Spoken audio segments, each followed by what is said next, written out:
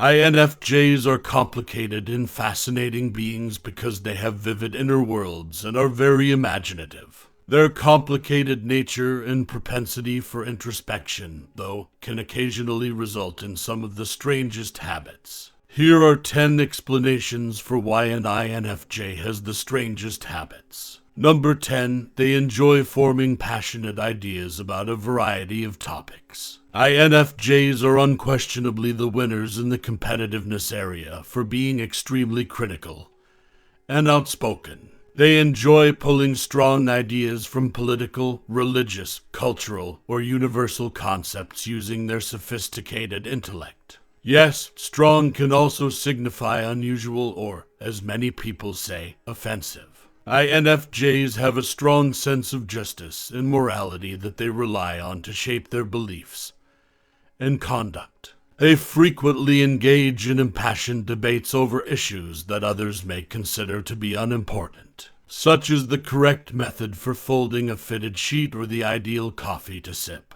They may occasionally come out as combative or quirky due to this behavior. Despite the fact that they occasionally try to vibe with their coworkers, social circle, or colleagues, this can also make people perceive them as an outcast and outliers. They occasionally find themselves presenting their opposing viewpoints during debates. Number 9, they become fixated on the smallest details. This INFJ tendency can occasionally improve their professional or academic results. However, there is no denying that it can cause them a lot of stress, as well as the people they interact with. INFJs are meticulous people who pay attention to the small details that others might overlook.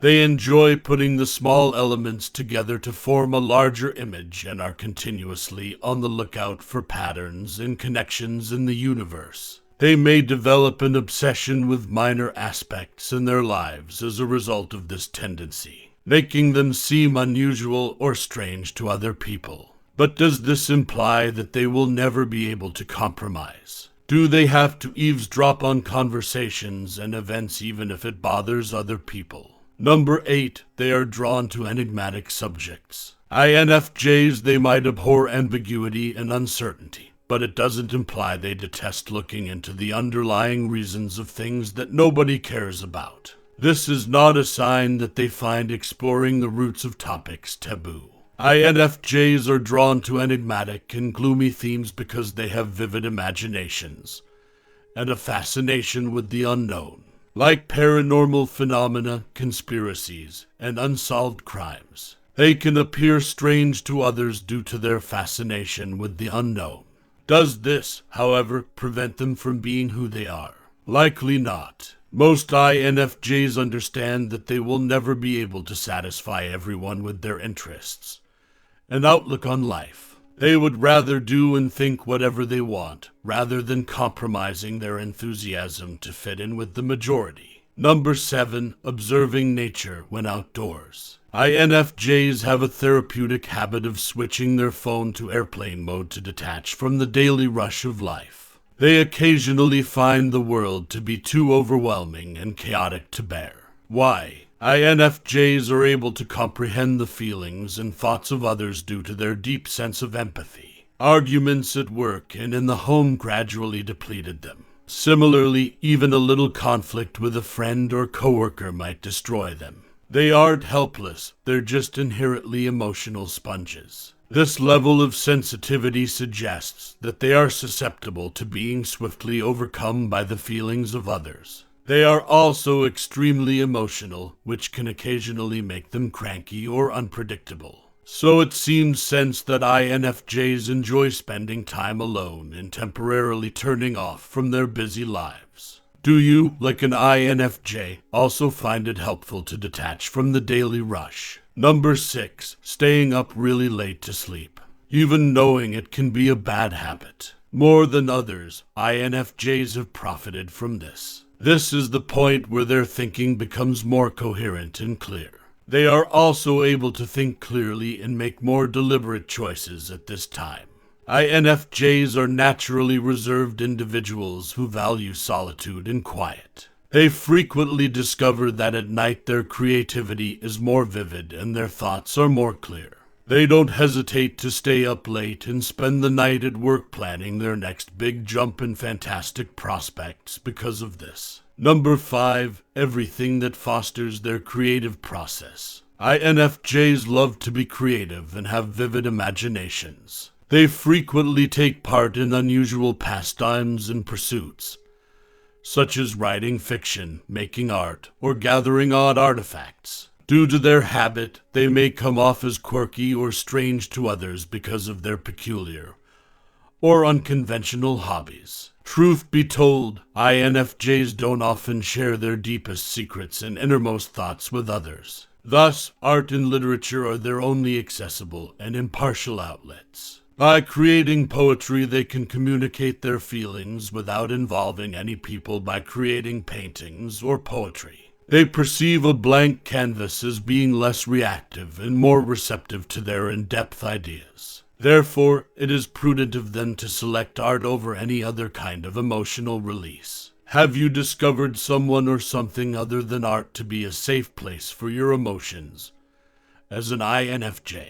Number 4, keeping a notebook and owning their thoughts. People often ponder why INFJs need to journal since they already have thoughts running through their heads. The good thing about journaling is that it makes it easier for INFJs to organize their ideas. Instead of letting their thoughts build up until they explode, they feel better when they can express or put them into words. INFJs benefit from journaling because it teaches them to identify their triggers and find more effective strategies to deal with them. It enables individuals to communicate to themselves positively and overcome unfavorable ideas and actions. So, if anyone ever thinks this INFJ practice is strange, they'd better consider keeping a record of their own ideas. Number 3, attempting to get out of small talk. INFJs also have this strange propensity to always come up with justifications for why they can't or shouldn't strike up a conversation.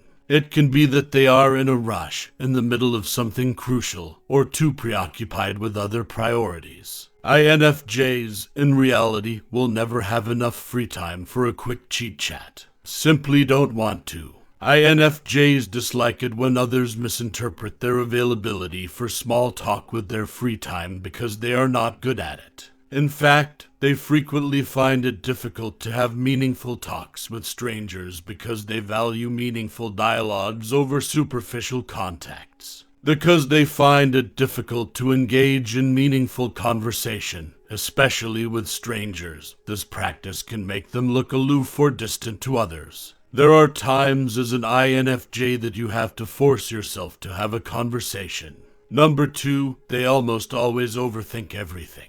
As someone whose mind is constantly pondering about the strange possibilities of the universe, it makes sense that INFJs tend to overthink a lot. They spend the most of their leisure time replaying potential outcomes and wondering what would have occurred if they had done this or that. They don't mind if people term them overthinkers or overly serious people. It's simply how their thoughts function, and they make no apologies for it. The beauty of their individuality is that it's not their fault that people oversimplify things while they overcomplicate them. Every circumstance and every person they deal with is subject to incessant analysis, reevaluation, and overthinking.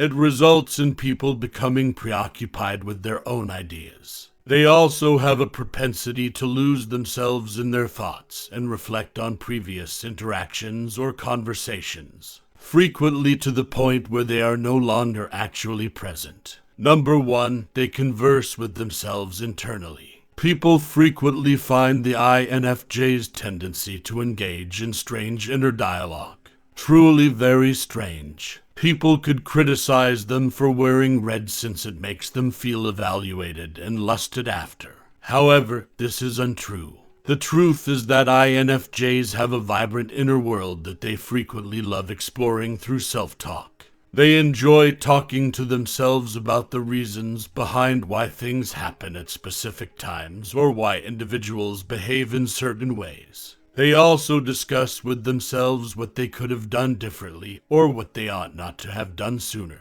This could range from muttering to themselves or open dialogue with fictitious characters. In order to organize their thoughts and ideas, INFJs frequently do this behavior. How else is it advantageous to an INFJ to have inner dialogues? Individuals who combine empathy, creativity, and logic are known as INFJs, a unique breed of people. In order to understand the thoughts and feelings of others, they draw on their keen intuition. That they have the most peculiar behaviors of all is therefore not surprising. Do you have any of these behaviors as an INFJ? Do others close to you criticize you for having too many facets?